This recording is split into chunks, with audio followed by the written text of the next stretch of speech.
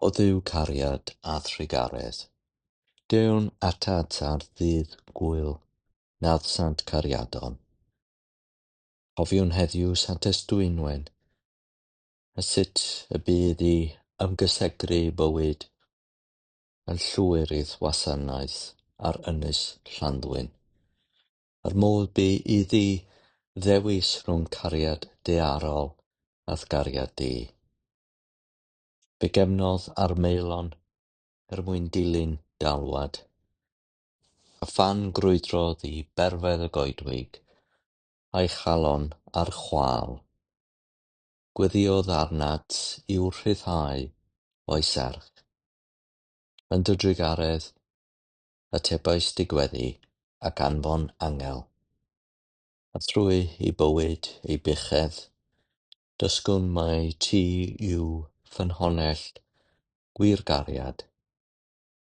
Diolchwn i ti am rodd cariad yn ein bywydau, cariad teulu a chyfeillion, a rhai sy'n annwyl yn ein golwg.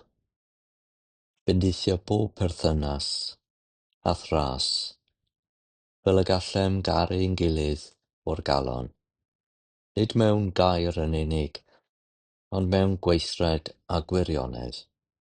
Gweddiwn dros gariadon sy'n cloffi rhwng dau feddwl, a thros y rhai sydd â'u colonnau ar dorri.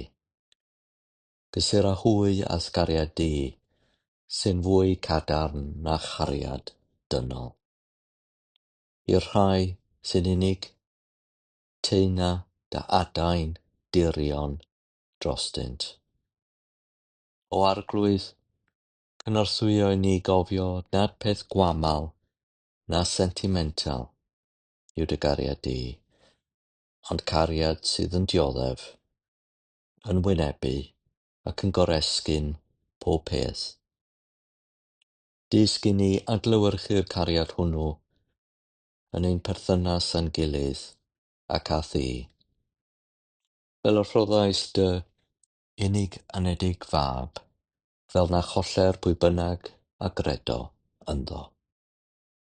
Dysg ni yr un modd i roddi'n llwyr i'r wasanaeth.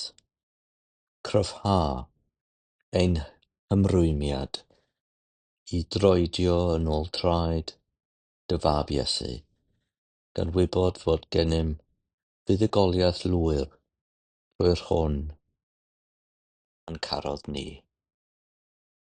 Boed gariad lifo ynom ac ohonom, nawr a hyd byth, mwyn ei enw. Amen.